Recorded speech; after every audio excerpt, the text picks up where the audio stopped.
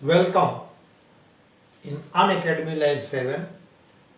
Today I will discuss the digestive system and digestion in human.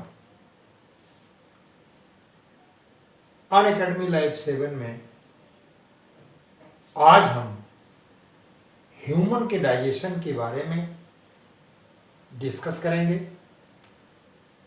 जो कि class 10 से लेकर नीट तक पूछे जाते हैं। उसमें कौन कौन से एंजाइम लगते हैं और कौन सा सिस्टम है, कौन सा ऑर्गन है। तो digestive system consist of alimentary canal. सबसे पहले अब स्ट्रक्चर पे आते हैं। यह है आपका alimentary canal. Elementary canal starts from mouth, esophagus,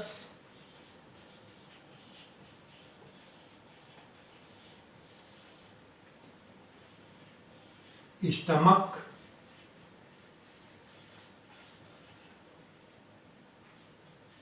small intestine,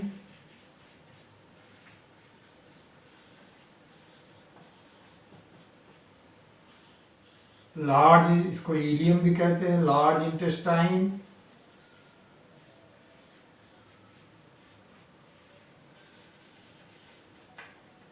colon, rectum, anus.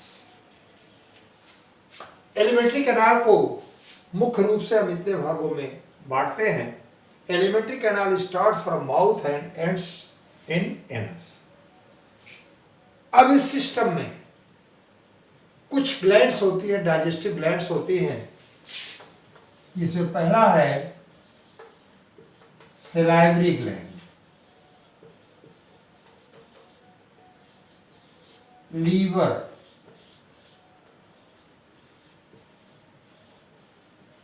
Pancreas,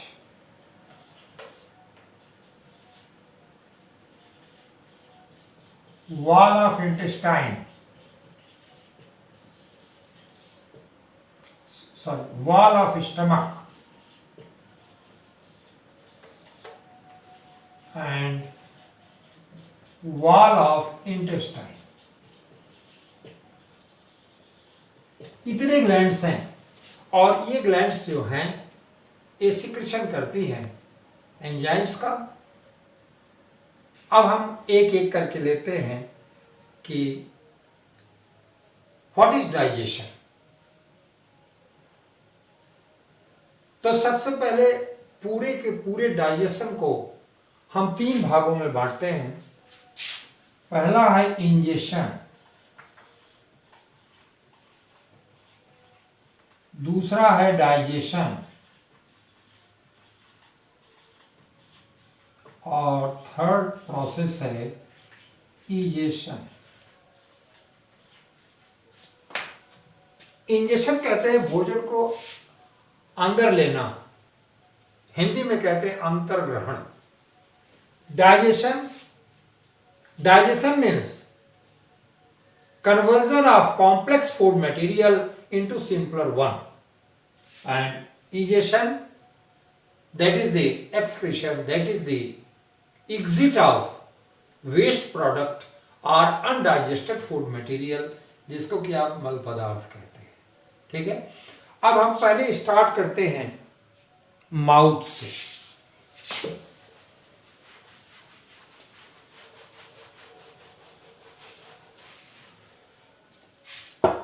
digestion को 2 भागों में बांटे आप, एक मैकेनिकल डाइजेशन और दूसरा एंजाइमेटिक डाइजेशन। भोजन को आप माउथ में लेते हैं, इसके बाद टीथ के आधार पर, टीथ की सहायता से भोजन के टुकड़े किए जाते हैं।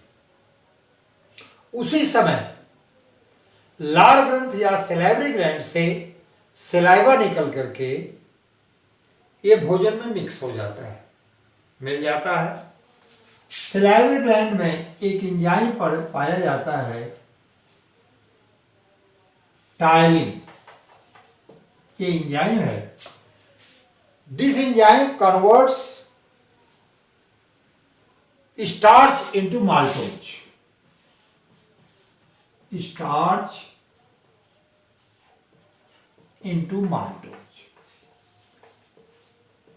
अक्सर क्वेश्चन में पूछा जाता है सूखी रोटी थोड़ी देर के बाद क्यों मीठी लगने लगती है, तो उसका एक कारण है कि टायलिन एंजाइम ये स्टार्च तो टेस्टलेस होता है, ये स्टार्च को माल्टोज में कन्वर्ट कर देता है। Maltose that is disaccharide. और यही कारण है कि सूखी रोटी भी आपको मीठा लगने लगती है। तो ये सलाइवरी ग्लैंड का पहला फंक्शन है।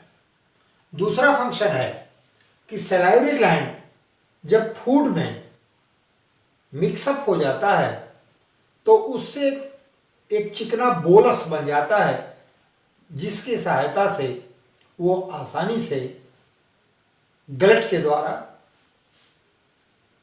एलिमेंट्री कैनाल के अगले भाग में चला जाता है और उससे अटैच्ड होता है ईसोफेगस। ईसोफेगस जो है ये उससे अटैच्ड है, ईसोफेगस की सहायता से वो स्टमक में पहुंचता है।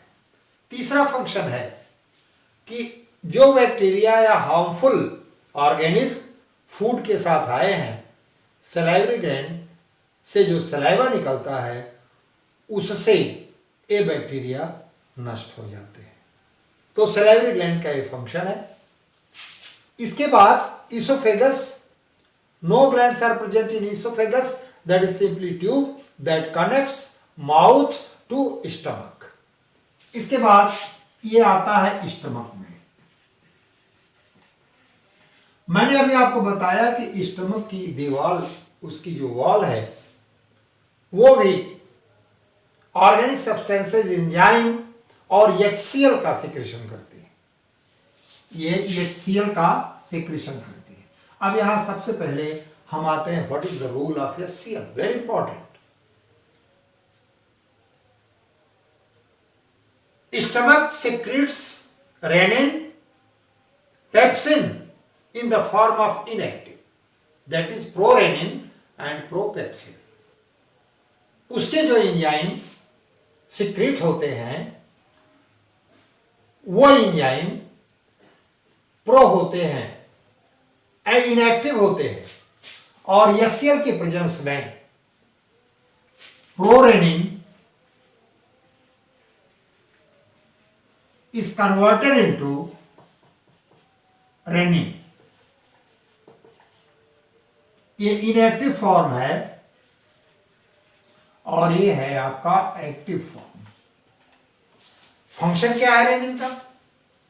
ये मिल्क को कर्ड में कन्वर्ट कर देता है और उसके फाइबर्स को अलग करता है, जिस पर प्रोटीन डाइजेस्टिव एंजाइम जो है वर्क करते हैं। तो एचसीएल का पहला फंक्शन है that activates prorenin into active renin and this renin converts milk into curd, दही में ये बदल देता है। सेकेंड है प्रोपेप्सिन। ये जो प्रोपेप्सिन है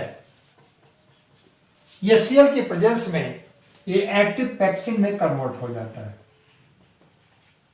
एक्टिव पेप्सिन में ये कन्वर्ट होगा और एक्टिव पेप्सिन में कन्वर्ट होकर के पेप्सिन का फंक्शन ये होता है कि ये प्रोटीन का डाइजेशन करता है। प्रोटीन को उसके स्मॉलर फ्रेगमेंट में तोड़ेगा, पेप्टोन्स में, प्रोटियोजेज में ये तोड़ देता है और इसका प्रोटीन का जो कंप्लीट डाइजेशन होता है इंटेस्टाइन में होता है, क्योंकि protein that is long chain of made up of by long chain of amino acid. तो ये जो आप हमारा पेप्सिन है ये in short reacts on protein and they digest in somewhat protein into their smaller fragment. ये दो function इसके हो गए। और तीसरा फंक्शन यह है कि HCl फूड के साथ जो बैक्टीरिया वगैरह आए हैं, हार्मफुल बैक्टीरिया, हार्मफुल ऑर्गेनिज्म, उसको ये डिस्ट्रॉय कर देता है, उसे ये डिस्ट्रॉय कर देता है। कभी कभी आप सुनते होंगे कि उसको, उस आदमी को कच्ची डकार आ रही है, that is due to acidity. जब स्टमक में HCl का फॉर्मेशन अधिक होगा तो उस समय हम माइल्ड बेस का प्रयोग करते हैं। वो माइल्ड बेस हमारा है मैग्नीशियम हाइड्रोक्साइड, जिसको कि एंटासिड भी कहते हैं। और जब वो माइल्ड बेस हम ले लेते हैं तो HCl को न्यूट्रलाइज कर देता है, HCl को न्यूट्रलाइज कर देता है। इसके बाद यह स्टमक से निकल करके ये इंटेस्टाइन में प्रवेश करता है और इंटेस्टाइन का जो एंटीरियर पार्ट है that is of U type, that is known as duodenum, that is known as duodenum. और इसी ड्यूओडेनम में ये स्टमक है और स्टमक में यही ड्यूओडेनम है। इसी ड्यूओडेनम में बाइल डक्ट, पैंक्रियाटिक डक्ट, ये दोनों मिलते हैं।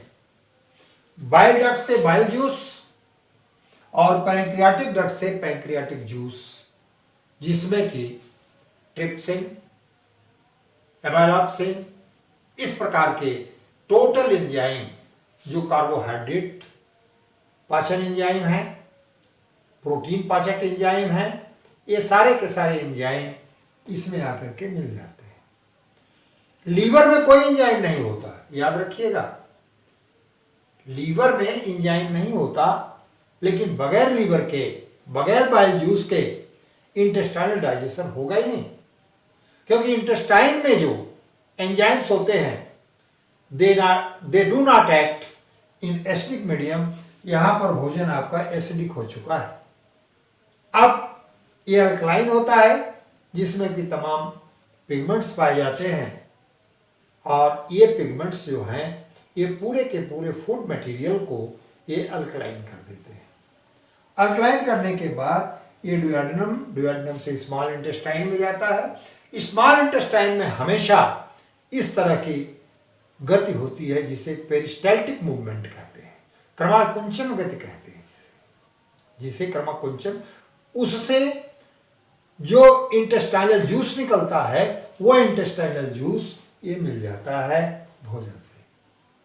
और इसके बाद टोटल फूड में जो एंजाइम इंटेस्टाइन के द्वारा, पैंक्रियास के द्वारा और बाइल जूस ये मिक्स हो जाते हैं और उस पर protein, lipid, carbohydrate, complete digestion ये इंटेस्टाइन में, स्मॉल इंटेस्टाइन में हो जाता है।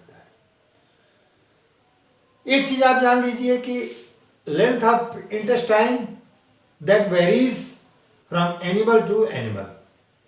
जैसे जो हार्बिवोर्स हैं, शाकाहारी हैं, जो घास फूस पत्तियां खाते हैं, उनके इंटेस्टाइन बड़ी लॉन्ग होती है, लेकिन जो मांसाहारी होते हैं जैसे शेर वगैरह, इनके स्मॉल इंटेस्टाइन बहुत छोटी होती है, क्योंकि सेलुलोज के पाचन के लिए काफी समय लगता है और धीरे धीरे सेलुलोज का डिग्रेडेशन होता है, और इस डिग्रेडेशन के बाद तब जाकर के सेलुलोज का पाचन होगा। सारा का सारा पाचन, डाइजेशन, टोटल डाइजेशन ये हो जाता है आपके स्मॉल इंटेस्टाइन में। अब ये जो है लार्ज इंटेस्टाइन में जाता है। लार्ज इंटेस्टाइन का डायमीटर ज्यादा होता है। लार्ज इंटेस्टाइन में जाने के बाद